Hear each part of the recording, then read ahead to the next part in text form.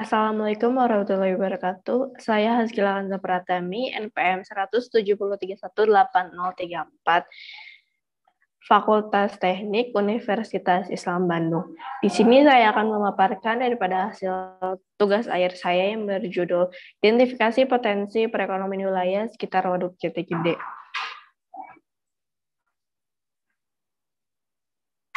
Untuk topik pembahasan dalam kajian ini, yang pertama terdiri dari pendahuluan, yang kedua metodologi penelitian, yang ketiga hasil penelitian dan pembahasan, dan yang terakhir kesimpulan.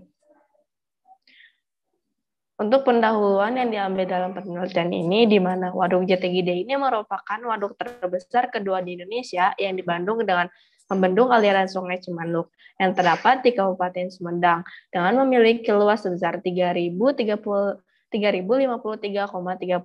hektar yang mencakup 4 kecamatan dan 30 desa. Waduk Jati Gede memiliki fungsi sebagai sumber air baku, sumber air irigasi, dan pembangkit listrik tenaga air, yang dimana tercantum dalam Peraturan Daerah Nomor 4 Tahun 2008 tentang Rencana Tata Ruang Wilayah Kabupaten Sumedang.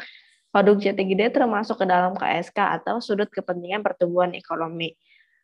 Fungsi utama waduk ini selain sumber daya airnya, waduk juga dapat dimanfaatkan sebagai kawasan pariwisata. Di sisi lain daripada pemanfaatan waduk Jati Gede juga butuh pengembangan secara berkelanjutan, di mana dilihat secara existing kondisi masyarakat sekitar Waduk Jati Gede masih kurang memanfaatkan lahan secara langsung. Maka didapatkan tujuan dalam penelitian ini, yaitu untuk mengetahui potensi apa saja yang dapat dikembangkan di wilayah sekitar Waduk Jati Gede. Adapun metodologi dalam penelitian ini menggunakan metode pendekatan kuantitatif, menggunakan metode pengumpulan observasi, wawancara, dan survei. Sedangkan untuk metode analisis yang diambil dalam penelitian ini, pertama, ekonomi basis atau ELKI, yang kedua metode analisis Sifter, dan yang terakhir tipologi Claassen. Adapun hasil penelitian dan pembahasan, di mana didapatkannya analisis ekonomi basis.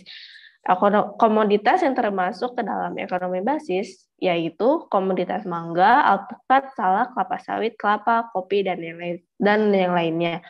Hasil daripada ekonomi basis ini didapat dari hasil nilai rata-rata ELKI lebih dari 1. Komoditas ini nantinya akan dapat dimanfaatkan sebagai komoditas dalam memenuhi kebutuhan bagi wilayahnya. Dan yang kedua, adanya analisis Sifter, di mana didapatkan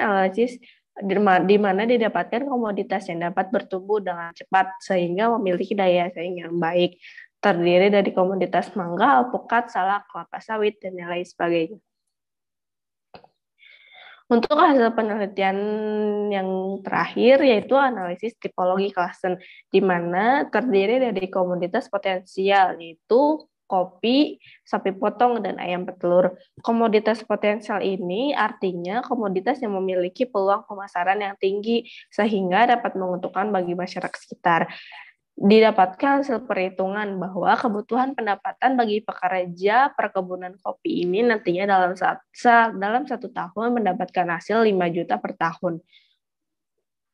Di mana lahan sekitar Waduk Jati Gede ini untuk kawasan pertanian ya terdiri dari kawasan pertanian lahan kering dan lahan basah.